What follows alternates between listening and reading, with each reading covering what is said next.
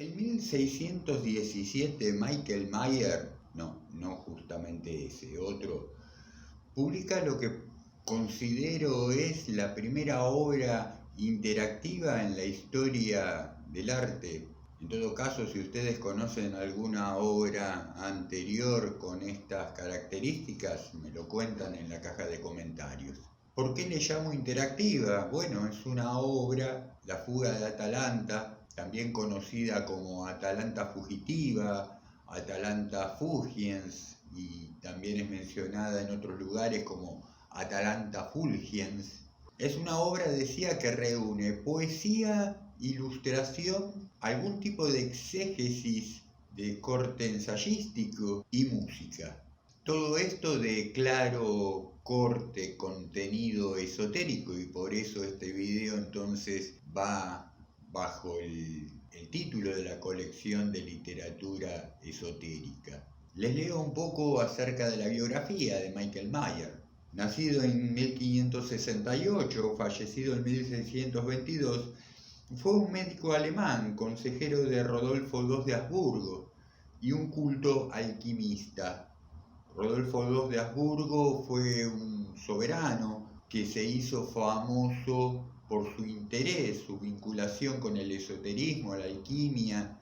Fue visitado en su momento por John Dee, tal vez también por Robert Fludd, ahora no sé si se corresponden las épocas, pero vamos que a este hombre, Rodolfo de Habsburgo, Rodolfo II, le gustaba y le interesaba recibir y mantener en muchos casos en su corte a alquimistas, a ocultistas de distintas partes del globo y a quienes les correspondieran diferentes temáticas.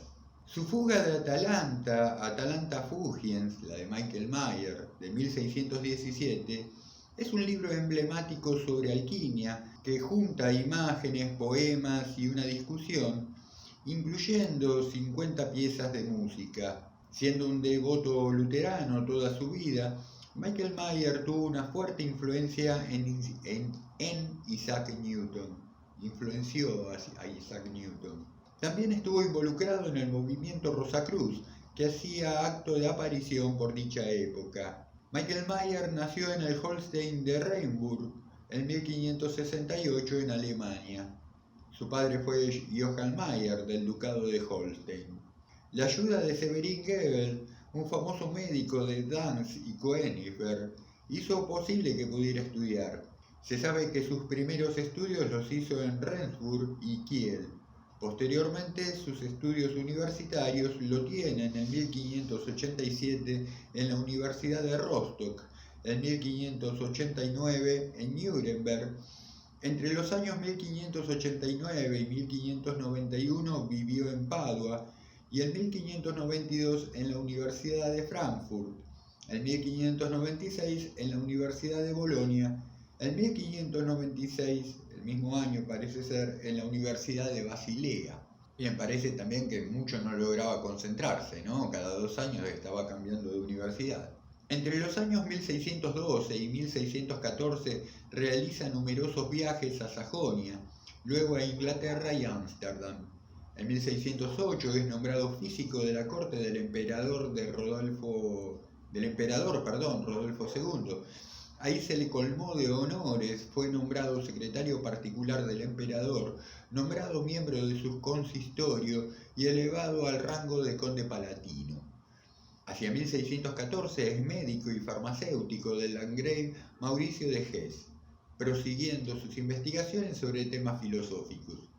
Desde 1618 a 1622 es médico asistente del duque Wilhelm Chrétien de Magdeburgo.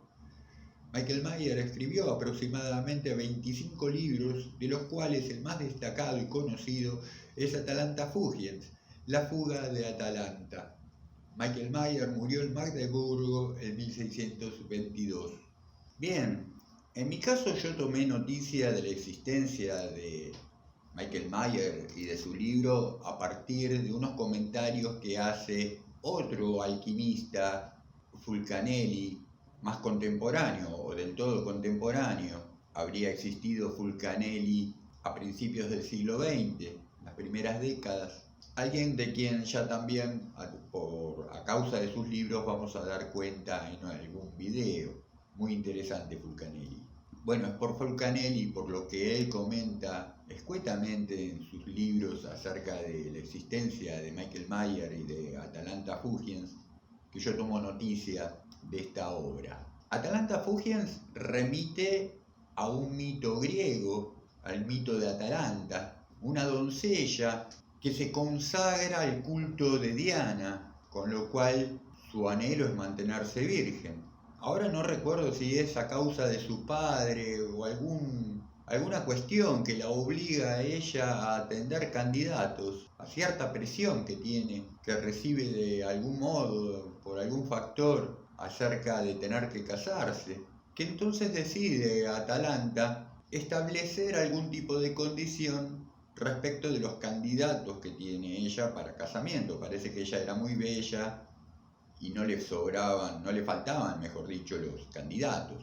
La propuesta de Atalanta entonces era correr una carrera al candidato. En el caso de que el candidato ganara esa carrera, ella no le quedaría más remedio que casarse con él.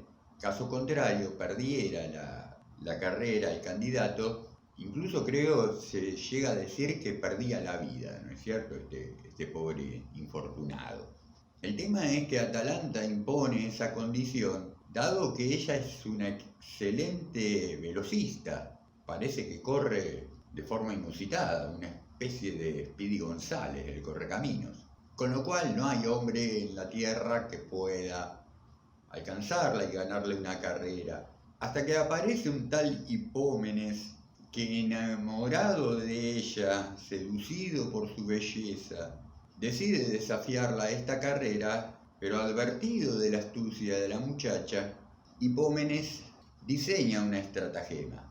Hipómenes va al jardín de las Hespérides. Ahí se robaría por de pronto una canasta de manzanas de oro, y luego de eso va y la desafía a Atalanta a correr una carrera. Llega el momento de la justa, digamos, se ponen en sus marcas, listo y fuera, y salen a la carrera. Y aquí que Hipómenes ya había preparado el camino y había dejado tiradas algunas manzanas en el recorrido, de estas manzanas de oro del jardín de las Hespérides, fruto de suntuosa belleza que cuando pasa Atalanta cerca de ella no puede resistirse a detenerse para recogerlas, con lo cual Hipómenes logra pasarla. Más adelante le sigue tirando manzanas de oro para retrasarla, para que ella no pueda proseguir la carrera, se vea impedida, porque parece ser que es tal la belleza de estos frutos que ella no puede dejar de recogerlas, y así Hipómenes le gana la carrera a Atalanta, terminan casados. Después de eso Diana se va a enojar con Hipómenes, con Atalanta. Diana, la diosa a la que Atalanta estaba consagrada, ¿no es cierto? Los convierte en jabalís, horrendo termina todo como en la mayoría de los mitos griegos. La cuestión es que Michael Mayer toma como referencia este mito para pensar su obra. El libro La fuga de Atalanta se abre con un poema, el cual le voy a dar lectura para poder introducirlos, al menos en la atmósfera del libro, ¿no es cierto? Dice: el audaz joven lleva el tesoro del jardín de las Hespérides, cuando de la mano de Cipris él hubo recibido el triple fruto. La Virgen corrió, él la siguió y lanzó sobre el suelo la manzana que la atrae y hace lenta su carrera. Rápido él salta, pero ella rápido lo adelanta, más veloz que el egro. Él siembra delante de ella nuevos presentes de oro. La Virgen un corto instante se tarda, pero pronto ella corrió más hermosa, hasta que el amante, renovando los pesos, noble premio, Atalanta a su vencedor se rinde. Hipómenes es la fuerza del azufre, la Virgen el mercurio fugitivo. El macho vence a la mujer, mientras, cogidos por el amor, los dos se estrechan en el templo de Cibeles, irritando a la diosa. ella se venga vistiéndolos con pieles de leones que hacen rugir los cuerpos y los vuelven salvajes. Para expresar mejor lo que fuera esa carrera, mi musa te ofrece aquí las tres voces de la fuga. Una es simple y durable, ella es fruto que retarda, pero la segunda corre, pues persigue a la tercera. De las orejas, de los ojos recibe estos emblemas. Después guía tu razón hacia sus signos secretos. He puesto ante tus ojos el incentivo de estas imágenes. El espíritu ahí debe encontrar las cosas preciosas. Los bienes del universo, los remedios que salvan, te serán todos dados por ese doble león. Bien, es un texto alegórico este poema. Pretende en un lenguaje simbólico, a partir del mito, de la historia del mito de Atalanta, dar cuenta de ciertas verdades, fundamentaciones de la disciplina de la alquimia. El libro continúa con una larga dedicatoria a ciertos sabios, a un grupo de sabios, de los que Michael Mayer considera sus maestros. Continúa con un prólogo que me parece que también es interesante en virtud de recabar datos y esclarecer el contenido de esta obra, que por otra parte, por tratarse de un texto de alquimia, no puede sino ser hermético en sí mismo, ¿no es cierto? Hermético, es decir, difícil de desentrañar cuál es el verdadero contenido. Un texto dirigido a pocos, a una élite, aquellos conocedores de las claves que permiten descifrar. Un texto poético que a su vez se presenta como jeroglífico, ¿no es cierto?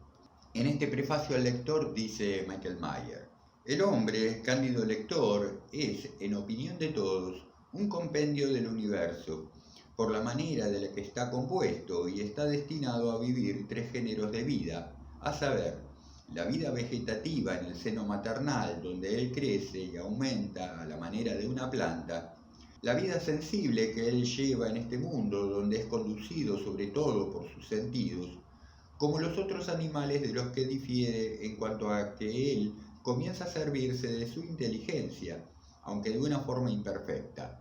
Y por último, la vida inteligible en el otro mundo, cerca de Dios y las inteligencias que lo asisten, o buenos ángeles. En la vida presente, cuando alguno más se aproxima a la naturaleza divina, más alegría y placer encuentra en las cosas que deben ser exploradas con la ayuda de la inteligencia, realidades sutiles, maravillosas y raras. Al contrario, cuando alguno más se inclina hacia la categoría de las bestias sin razón y es menos atraído por esas realidades, está más sometido a una manera de sentir corporal. Podemos ver ejemplos de estas dos suertes de existencias. Algunos, los más sabios, formados por las artes y las ciencias, se entregan al primer género de vida.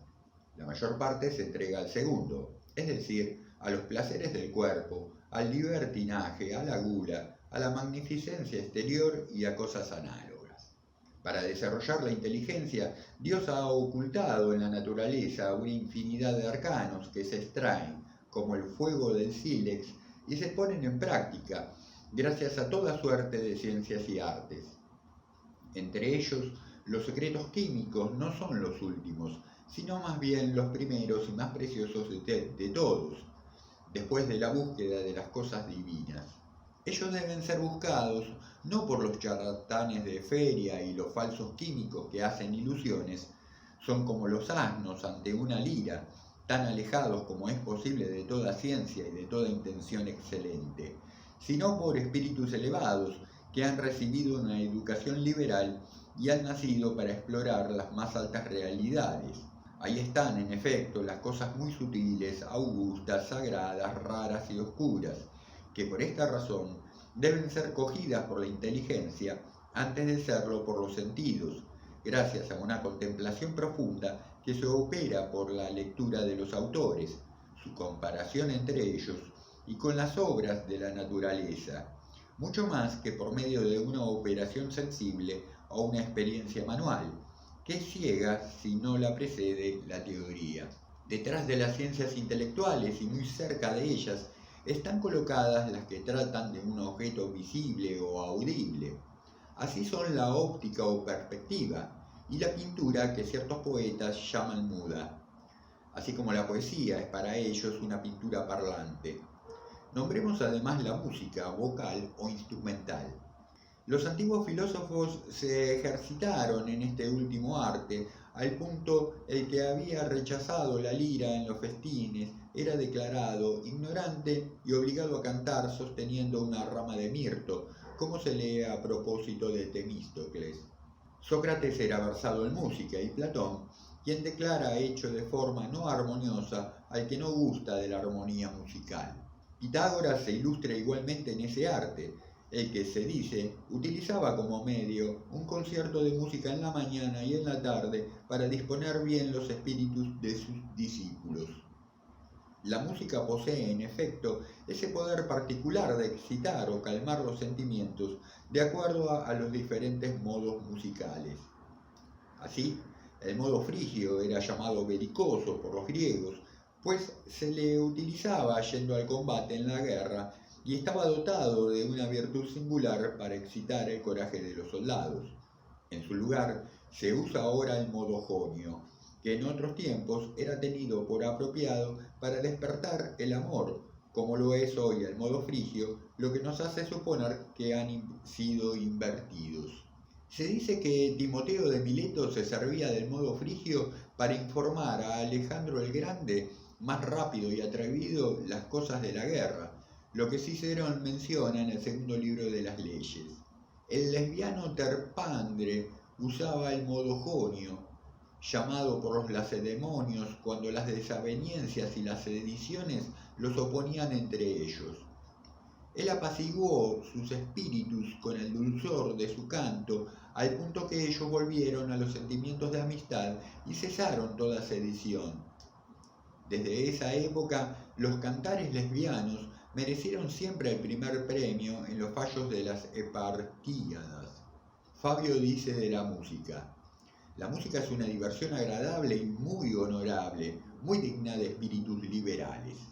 Por eso es que, a fin de poseer de alguna manera con una sola ojeada y abarcar a la vez estos tres objetos de los sentidos más espirituales, la vista, el oído y la inteligencia, y para hacer penetrar de una sola y misma vez en los sentidos lo que debe ser comprendido, es que aquí hemos unido la óptica a la música y los sentidos a la inteligencia, es decir, las cosas preciosas de ver y oír, con los emblemas químicos que son propios de esta ciencia.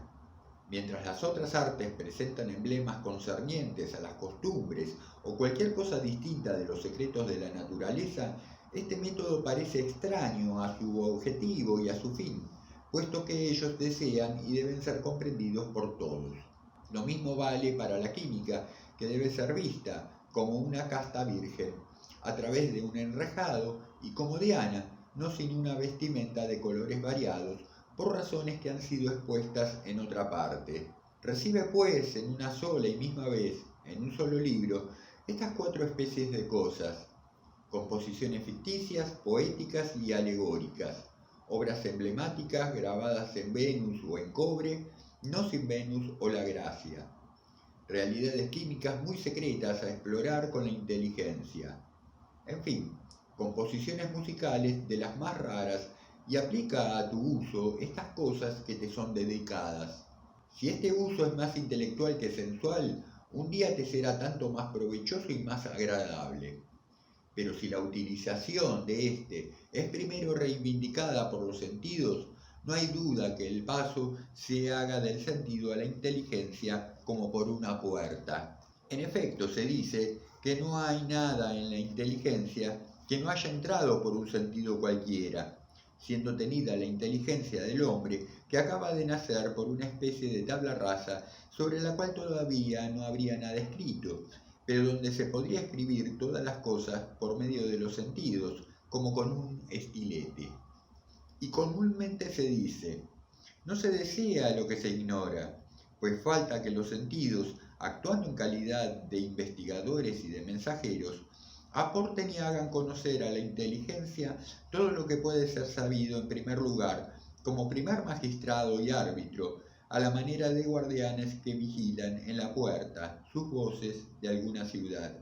Añadiré algunas palabras para explicar el título de estos emblemas, con el objeto que no te parezca extraño y poco adaptado. Atalanta ha sido celebrada por la escapada que le permitía preceder a todos sus pretendientes en la carrera. De este modo, en lugar de la Virgen, recompensa prometida por la victoria, los vencidos encontraban la muerte, hasta el día en que Hipómenes, hombre joven de los más audaces y previsores, la venció, y lo obtuvo arrojando en su recorrido 3 manzanas de oro, una después de la otra. Mientras ella las recogía, fue sobrepasada por él, cuando ella iba a alcanzar la meta.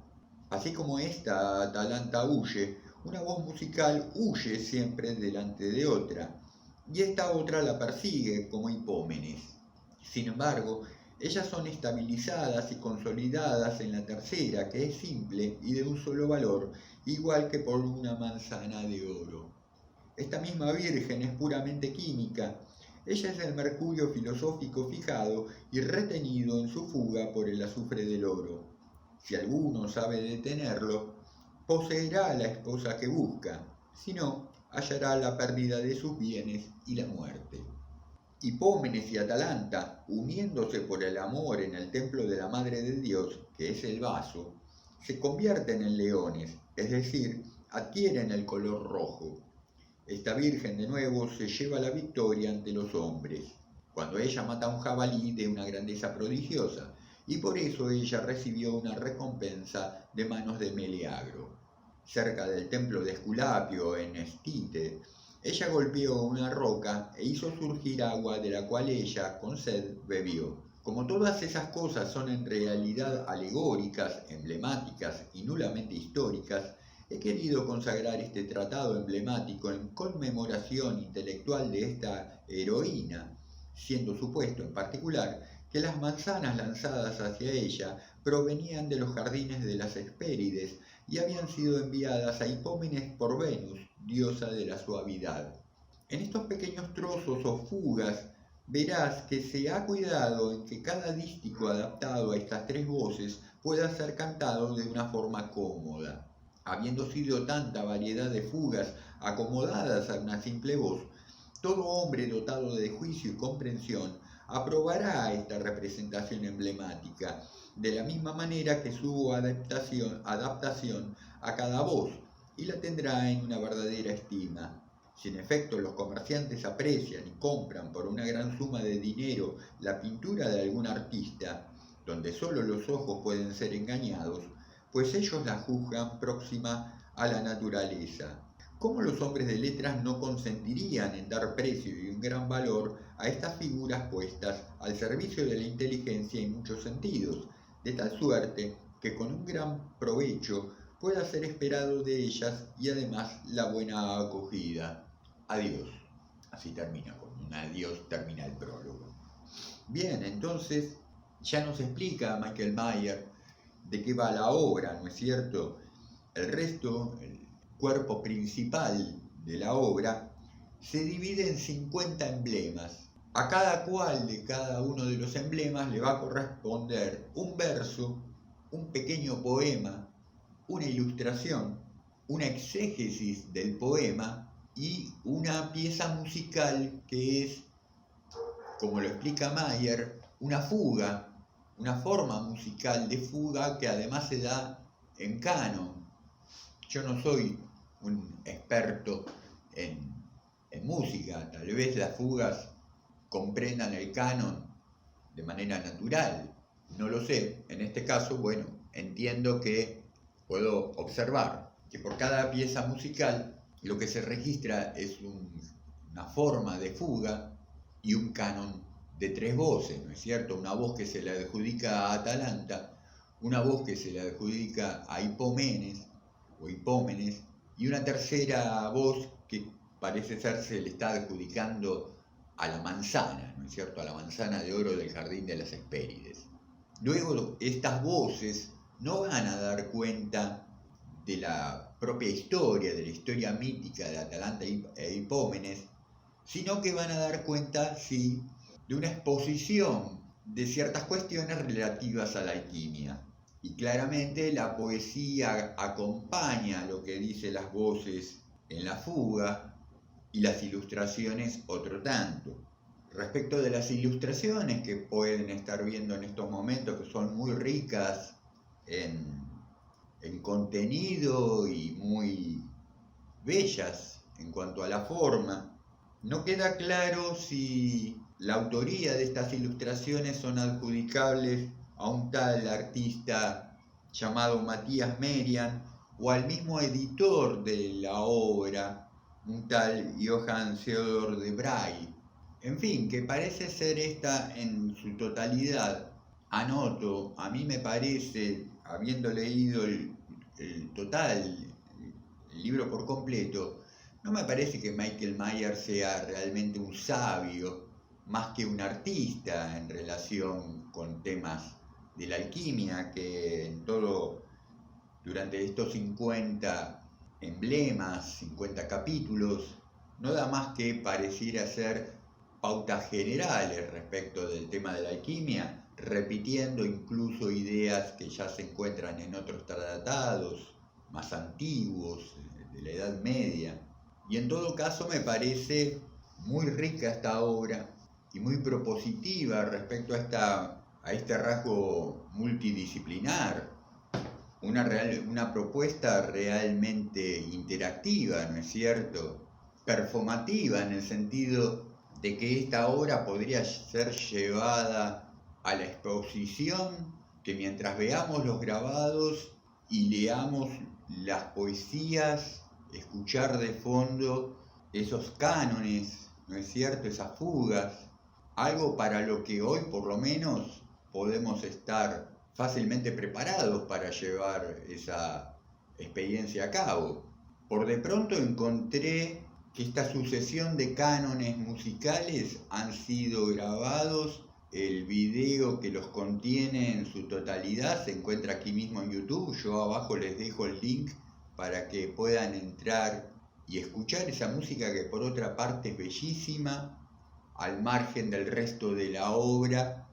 También está esta cuestión que uno de la obra La fuga de Atalanta puede en determinado momento aprovechar lo poético, lo pictórico o lo musical, ¿no es cierto? Respecto del libro, si ustedes quieren hacerse del ejemplar, hay una edición, ahora no recuerdo la editorial, se los dejo anotado en alguna parte, que trae una nota de análisis introductorio firmada por Jocelyn Godwin, un excelente, desde mi punto de vista, un excelente crítico, analista de esta literatura de época y en relación particularmente con el esoterismo, con el ocultismo, la alquimia, la magia. A su vez, esta edición contiene todos los emblemas, las gráficas, los poemas, las exégesis y en un apéndice las partituras de las 50 fugas. Vamos que el libro es muy caro, y yo no puedo alentar a la piratería, pero no creo tampoco estar incurriendo en ningún delito si les digo que en el buscador de Google escriben Atalanta, apretan Enter y no sé, fíjense. En fin, mis queridos, espero que este video lo hayan disfrutado tanto más que los anteriores y que los que sigan. Como siempre les pido, se suscriban, compartan, dejen likes, dislikes, comentarios en la caja de comentarios, sugerencias, quejas, dudas. Les pido también, como siempre, que lo comenten, lo compartan con sus amigos, allegados, vecinos, padres, madres, tíos, primos, novios, amantes, maridos, maridas, lo que fuere. Y una vez más también, como siempre, me despido de ustedes deseándoles de corazón estén pasando hermosos momentos y teniendo muy gratas lecturas. Hasta pronto.